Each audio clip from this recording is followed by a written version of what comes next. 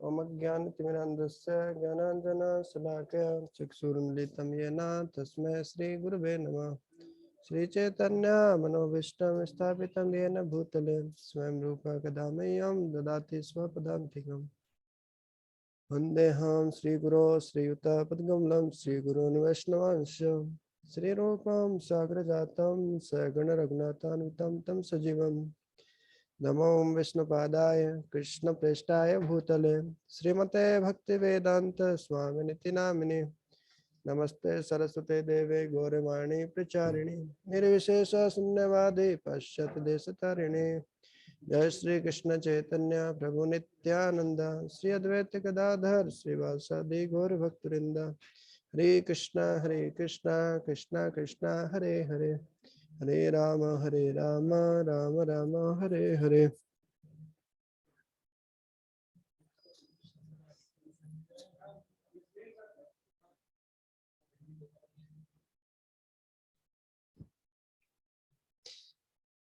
तो पिछली कक्षा में हमने देखा था कि किस तरीके से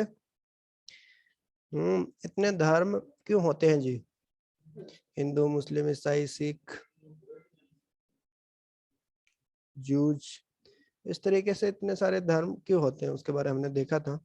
आज हम देखते हैं भगवान के बारे में। तो भगवान के बारे में हम ऑलरेडी देख चुके हैं, भगवान का मीनिंग क्या होता है जी। तो भगवान का मीनिंग क्या होता है, कोई अपने से एक्सप्लेन कर सकते हैं? जनरेटर, ऑपरेटर और क्रिएटर। ओके, ये भी एक अच्छी डेफिनेशन है।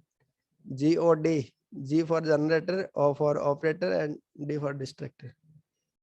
तो लेकिन भगवान तो जैसे डिस्ट्रक्शन का काम तो शिव जी करते हैं और मेंटेनेंस का काम विष्णु जी करते हैं और क्रिएशन का काम ब्रह्मा जी करते हैं जी। तो भगवान तो लेकिन एक होते हैं, लेकिन ये तो तीन हो गए ना। यस प्रभु जी। तो तीन होते हैं क्या भगवान? नहीं, इनको जो इनके ऊपर जो है हेड ऑफ द डिपार्टमेंट तीनों के, वो कृष्ण भगवान है। Okay okay, head of the department, ठीक है। तो भगवान के बारे में हम देखते हैं। भागवतम का पहला ही श्लोक आता है, क्या आता है भागवतम का पहला श्लोक क्या है? जन्मादि अस्य यतः, कि जिनसे सब कुछ आता है जी। तो ये सही बात है, जैसे कि भगवान ही सृष्टि करते हैं, भगवान ही सृष्टि का पालन करते हैं और भगवान ही सृष्टि का विनाश करते हैं जी। तो इस तरीके से हम उसमें भागवतम के स्टार्टिंग वाले श्लोक में ही ये हम भगवान की परिभाषा देखते हैं कि भगवान की परिभाषा क्या होती है जी। और भगवान सृष्टि कैसे करते हैं, प्रथम स्कंद में पूरा बताया है कि भगवान सृष्टि कैसे होती है, एक के बाद एक। जैसे इंद्रिय विषय कितने होते हैं?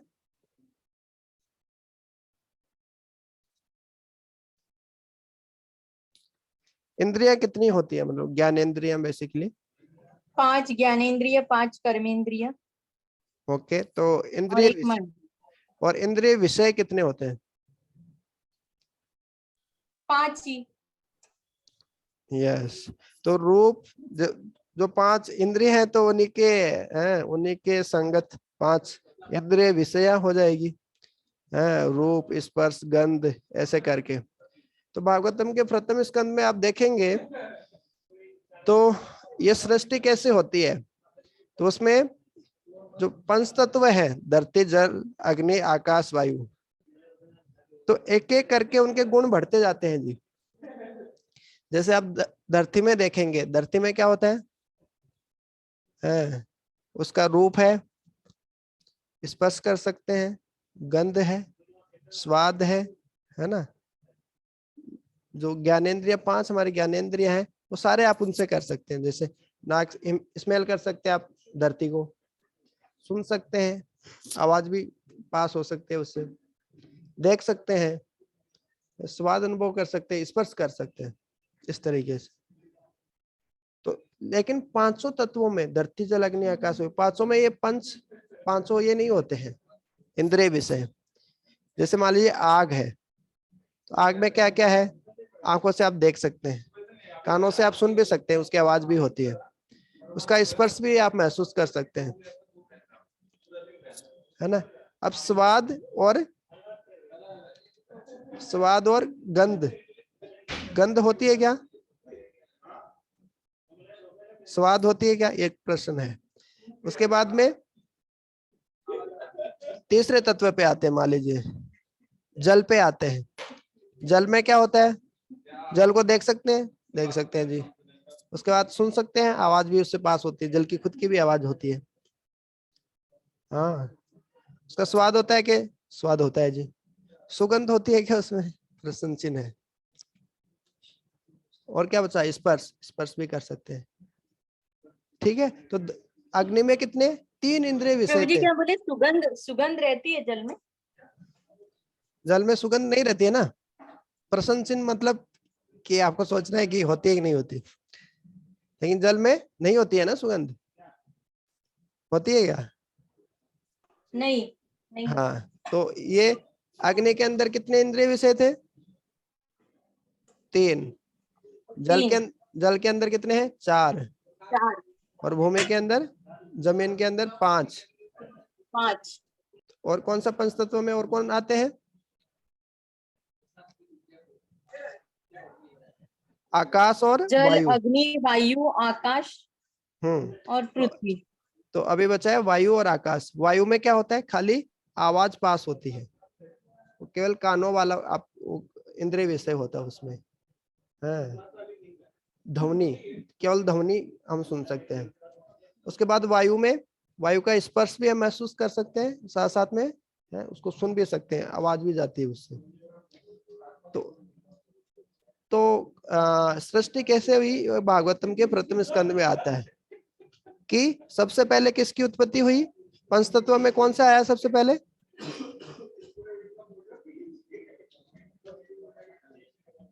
सबसे पहले वो आया जिसमें इंद्रिय विषय सबसे कम है। किसमें? आकाश, आकाश। उसके बाद में वायु, वायु। आकाश में कितने इंद्रिय विषय हैं? केवल एक इंद्रिय विषय है जी, ध्वनि। एक। और वायु में ध्वनि दो। और साउंड, और क्या है उसके साथ में?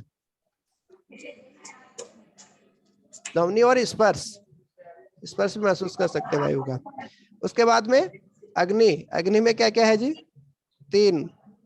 3 इंद्रिय विषय है। क्या क्या है? जल, जल, जल तो खुद अलग पंच तत्वों में है। हाँ, प्रभु जी क्वेश्चन फिर से पूछिए। जैसे हमने देखा, जो आकाश है उसके अंदर केवल एक इंद्रिय विषय होता है, मतलब आकाश से केवल हम साउंड वाइब्रेशन है, जो ध्वनि तरंगे हैं वो पास होती है, हमें आकाश से आवाज सुनाई देती है। जैसे मैं बोल रहा हूँ तो है ना, ऐसे दूसरे के पास आवाज आ रही है इस तरीके से। उसके बाद में वायु में 2 गुण होते हैं, सेंस ऑब्जेक्ट्स, है ना। तो 2 इंद्रिय विषय होती है। वायु से आप क्या इसका स्पर्श भी महसूस कर सकते हैं, टच, और उसको आप उससे साउंड है ना, ध्वनि भी जाती है, पास होती है इस तरीके से। उसके बाद में आता है अग्नि। अग्नि में 3 होते हैं, उसको आप आंखों से देख भी सकते हैं, कानों से सुन भी सकते हैं, और उसका टच भी महसूस कर सकते हैं। आग को टच कर सकते हैं ना, मतलब टच होता है ना उसका, महसूस कर सकते हैं। तो इस तरीके से ये हो गया 3। उसके बाद में आता है जल। जल में 4 इंद्रिय विषय होती है। क्या क्या होते हैं?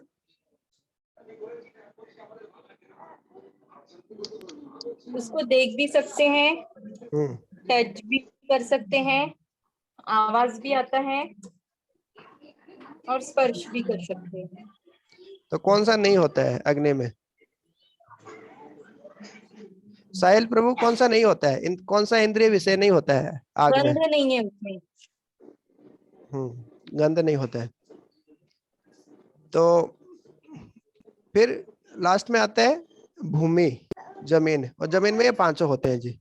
तो इस तरीके से पहले कौन सा आया, फिर कौन सा आया, फिर कौन सा आया, फिर कौन सा आया, ये पूरा सृष्टि क्रमागत कैसे विकास हुआ, ये सृष्टि कैसे आई, तो वो पूरा भागवतम के प्रथम स्कंद में आप आता है पूरा वर्णन, कैसे महाविष्णु के शरीर से रोम से बहुत सारे बुलबुले निकलते हैं, है ना।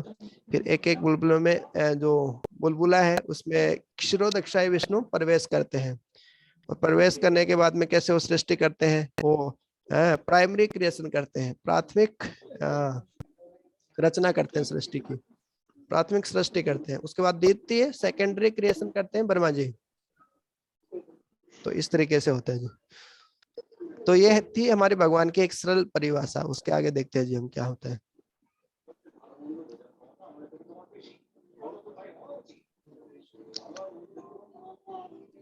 तो बाइबल में क्या बोला गया है, जो ईसा मसीह उन्होंने खुद को भगवान बोला है क्या?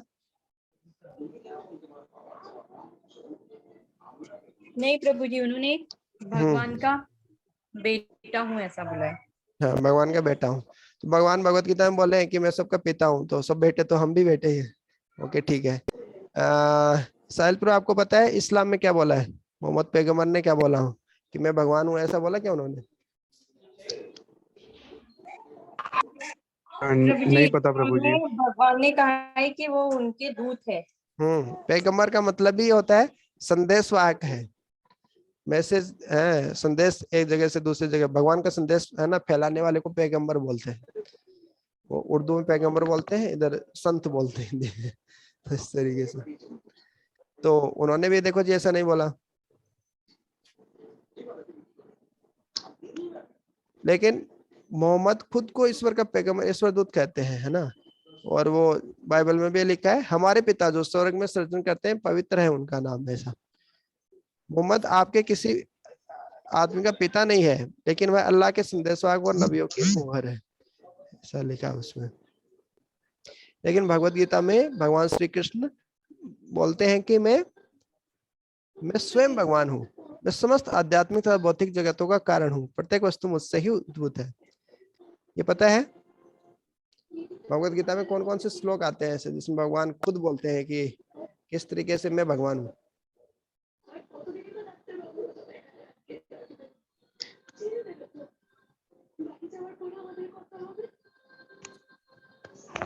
नहीं याद है?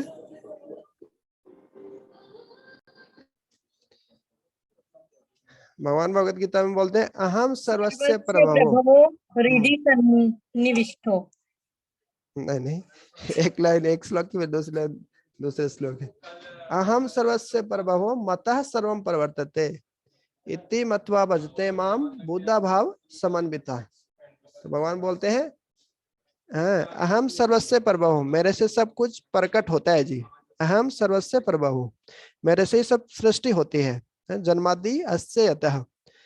अहम सर्वस्य प्रभव मतः सर्वम प्रवर्ते, और मेरे से सब कुछ ये होता है। इति मत्वा भजन्ते माम, ऐसा मानकर कोई मेरा जो भजन करता है वही वास्तव में असली बुद्धिमान व्यक्ति है। इस जगह भगवान बोलते हैं मतः परतरम नान्यत, मेरे से श्रेष्ठ कुछ भी नहीं है। हमने पहले भी देखा था इसमें, याद है? मतः परतरम नान्यत किंचित अस्ति धनंजय मयि सर्वम इदं प्रोक्तम सूत्रे मणिगण इव। मतः परतरम नान्यत, मेरे से श्रेष्ठ कुछ भी नहीं है जी। किंचित अस्ति धनंजय, कुछ भी नहीं है हे धनंजय। मयि सर्वम इदं प्रोक्तम, मेरे पे सब कुछ ऐसे पिरोया गया है जैसे धागे पे मणि पिरोए जाते हैं। हाँ, सार्थक प्रो नहीं आए ना, उनको याद था इसको। तो इस तरीके से क्या मेरे से श्रेष्ठ कुछ भी नहीं है, इसका मतलब क्या, मैं ही भगवान हूँ ना। भगवान ऐसे साफ साफ बोल दिया अहम सर्वस्व, मेरे से सब कुछ आता है, सब सृष्टि मेरे से ही होती है। तो भगवान ऐसे बोला भगवत गीता में। ऐसे ढेरों श्लोक है जिसमें भगवान कभी विश्व रूप दिखा रहे हैं तो कभी ऐसे श्लोक बोल रहे और बता रहे कि मैं ही सब कुछ हूँ। तो इस तरीके से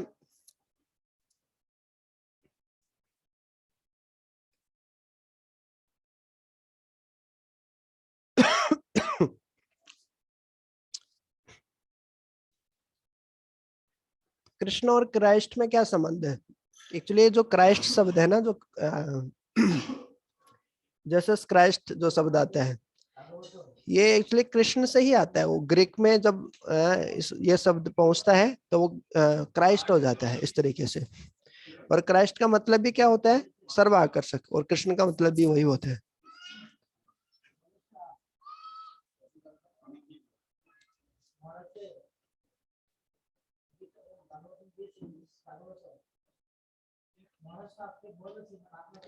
अल्लाह का मतलब क्या होता है? ऑल माइटी, शक्तिशाली। जेहोवा, इसका मतलब भी ऑल पावरफुल। मसीहा, यहोवा, वाहे गुरु। तो अलग अलग धर्मों में अलग अलग नामों से बोलते हैं। जैसे एक उदाहरण दिया, जल को हम बोल सकते हैं, ओ सॉरी, सूर्य को हम बोल सकते हैं रवि, दिनकर, भास्कर, सूर्य, आदित्य। इस तरीके से। तो रवि बोलो, दिनकर बोलो, भास्कर बोलो, सूर्य बोलो, बात एक ही है। सूरज को ही बोल रहे हैं आप। एक ही चीज को आप संबोधित कर रहे हैं जी। उसी तरीके से ये इतने सारे धर्मों में आप अलग अलग नामों से तो बोल रहे हैं जी, लेकिन बोल तो अंततः हम किसको ही रहे हैं? भगवान श्री कृष्ण को ही बोल रहे हैं।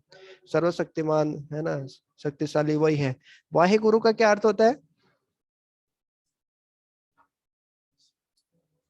सिख सिख में बोलते हैं ना वाहे गुरु। इसको बहुत सारे सिख हैं, सिख डिवोटी जो है। क्योंकि उसमें क्या आता है, वही है, गोविंद, गोविंद के ही तो उपासक थे ना वो। तो वास्तव में वाहे गुरु का मतलब ये होता है, वाह मतलब वासुदेव है, होता है हरि के लिए। हाँ, तो फिर और राम और कृष्ण इस तरीके से। जो जी है वो जी गोविंद के लिए और आर राम के लिए, तो वाह है गुरु ऐसे। तो इस तरीके से आपको पता होगा यहाँ पे जब गुरु महाराज की व्यास पूजा होती थी, श्री श्रीमद भक्ति चारू स्वामी गुरु महाराज की, उज्जैन में, तो यहाँ पे मुस्लिम संप्रदाय के भी कुछ आते थे हमेशा गुरु महाराज की व्यास पूजा में। तो कुछ मुस्लिम ऐसे भी होते हैं। एक मुस्लिमों का समुदाय होता है जिसको बोलते हैं इस्माइलीज, है ना, इस्माइली करके ऐसे ग्रुप होता है, इस्माइली करके बोलते हैं उनको। और वो लोग क्या मानते हैं? भगवान श्री कृष्ण को अल्लाह का अवतार मानते हैं। और मुसलमानों का ये समुदाय मानता है कि है भगवान श्री कृष्ण को वो भगवान के रूप में स्वीकार करते हैं, श्री कृष्ण को। है इधर उज्जैन में भोरी समाज है मुसलमानों का एक। है वो सुनहरे कलर की टोपी लगाते हैं अपने सिर पे, और अपने घर में तुलसी रखते हैं और हमेशा पानी देते हैं। तो मुसलमानों का एक समुदाय है भोरी, भोरी समुदाय। इसमें समुदाय जो कृष्ण को भगवान मानते हैं, मुसलमान है लेकिन। और प्रभु जी उस सुनाई नहीं आया, क्या बोले? फिर से रिपीट कीजिए। किसी को नहीं आया क्या, या आपको ही नहीं आया? पता नहीं प्रभु जी, शायद मेरा ही होगा। गौड़िया क्या? बाकियों के प्रभु पास। जी मेरे ख्याल से माता जी का ही है। अच्छा, मैं बता रहा था कि मुसलमानों में भी अलग अलग समुदाय होते हैं। तो ओके। मुसलमानों का एक समुदाय होता है इस्माइली करके। तो वो लोग कृष्ण को भगवान मानते हैं। वो बोलते हैं अल्लाह के अवतार है कृष्ण। एक अच्छा। भोर एक भोरी समुदाय होता है मुसलमानों का। वो मानता है, वो सुनहरे कलर की टोपी पहनते हैं वो, और घर में तुलसी का पौधा रखते हैं, उसमें हमेशा पानी देते हैं। नहीं पता था ना, पहली बार पता चला, कोई बात नहीं। इसी नहीं, तरीके से पहली बार ही पता चला। इसी तरीके से मुसलमान भी दो कैटेगरी होते हैं मुख्य रूप से, सूफी और सुन्नी। सुन्नी होते हैं वो कट्टर होते हैं, मतलब थोड़ा ज्यादा डेविएटेड लोग हैं। लेकिन जो सूफी जो लोग होते हैं, और इवन राम और कृष्ण की भी पूजा करते हैं। इवन आप रहीम जी के दोहे देखेंगे तो वो तो राम जी के ही भक्त थे, इस तरीके से। और भी बताया है इस्लाम में कि इस्लाम बोलता है कि भगवान के 100 नाम है। 99 नाम तो कुरान में है, लेकिन 100वां नाम जब आप आध्यात्मिक जगत चले जाएंगे, मतलब एक तरीके से आध्यात्मिक जगत चले जाएंगे, तो वो कृष्ण है। फिर आगे टिप्पणी ऐसे देते हैं लोग उस पर। तो इस तरीके से है ना, सबसे जो उल्टा धर्म है मुसलमान, तो उसमें भी इतनी समानताएं हम देखने को मिलती है इस तरीके से, कितना करीबी है। तो इस तरीके से हम देखते हैं, ये भगवान के नाम हमने देखा, अलग अलग नामों से बोलते हैं लेकिन संबोधन एक को ही कर रहे हैं।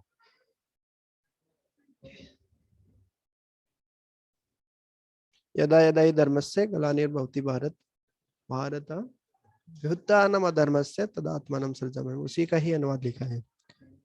तो इस भौतिक जगत में क्या है जी, ये सब है। और इस जगत से परे एक और दुनिया है जिसको आध्यात्मिक दुनिया बोलते हैं। वहां भगवान विभिन्न रूपों में अपने भक्तों के साथ प्रेममयी लीलाओं का आनंद करते हैं। ऐसे इस भौतिक जगत में ऐसे ब्रह्मांड है, पूरे ब्रह्मांड की क्रिएशन करते हैं। एक ब्रह्मांड में 14 लोग होते हैं इस तरीके से। उपरोक्त विभिन्न भूमिकाओं के कारण कुछ धर्म ईश्वर को न्याय देने वाले, पुरस्कार देने वाले और दंड देने वाले, अनुरक्षक आदि के रूप में प्रस्तुत करते हैं। यह भगवान की अंतिम भूमिका नहीं है। उनकी अंतिम भूमिका केवल अपने शुद्ध भक्तों से प्रेम और सेवा का आदान प्रदान है। ये हम देखेंगे 4 स्तरीय पूजा के 4 स्तर बहुत ही महत्वपूर्ण है। 4 स्तर क्या क्या है जी? कुछ लोग भगवान के पास क्यों जाते हैं? क्योंकि उन्हें डर लगता है, अरे जीवन में बहुत कष्ट है, ये हो जाएगा, वो हो जाएगा, कुछ अनिष्ट नहीं हो जाए, कुछ गलत नहीं हो, घर में सब शुभ शुभ हो, जैसे बोलते हैं सब शुभ शुभ हो इसलिए भगवान की पूजा करते हैं लोग। तो भय से करते हैं, डर के मारे करते हैं जी वो। ये सबसे नीचा स्तर है, सबसे घटिया स्तर है। जैसे मान लीजिए माँ बाप की सेवा करनी है, कोई माँ बाप की सेवा कर रहा है, अरे माँ बाप की सेवा नहीं करेंगे तो वो उत्तराधिकार में वो उसकी संपत्ति नहीं मिलेगी घर की, या किसी डर से कर रहा है वो। तो ये सबसे घटिया स्तर है, भगवान से डर के भगवान की भक्ति करना, या कष्टों से डर के। दूसरा है इच्छा, आउट ऑफ फियर। दूसरा आउट ऑफ डिजायर, भौतिक इच्छा के कारण। छोटा सा बच्चा भगवान के मंदिर में जाके भक्ति कर रहा है, अरे अरे मोबाइल मिल जाए, एक नया ऐसा स्मार्टफोन मिल जाए, फिर उसमें मूवी देखेंगे दिन भर, ऐसे कुछ भौतिक इच्छा के साथ वो यदि आ रहा है तो वो है दूसरा स्तर।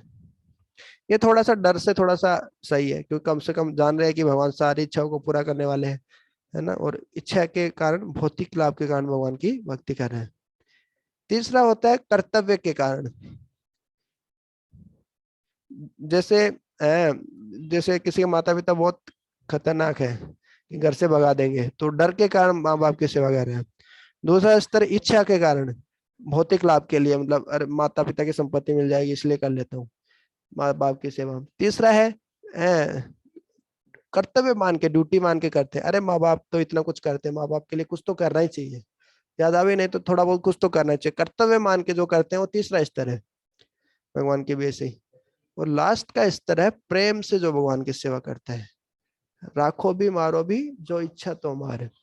हाँ, भगवान श्री कृष्ण शिक्षा अष्टकम में चैतन्य महाप्रभु बोलते हैं ना, आश्रय से वपादरताम पिनष्टोमा, कि आप या तो लात मार के मेरे को फेंक दो या गले लगाओ, कोई फर्क नहीं पड़ता, मैं तो आपसे अहेतु की प्रेम करता हूँ, आपकी भक्ति कभी नहीं छोड़ने वाला।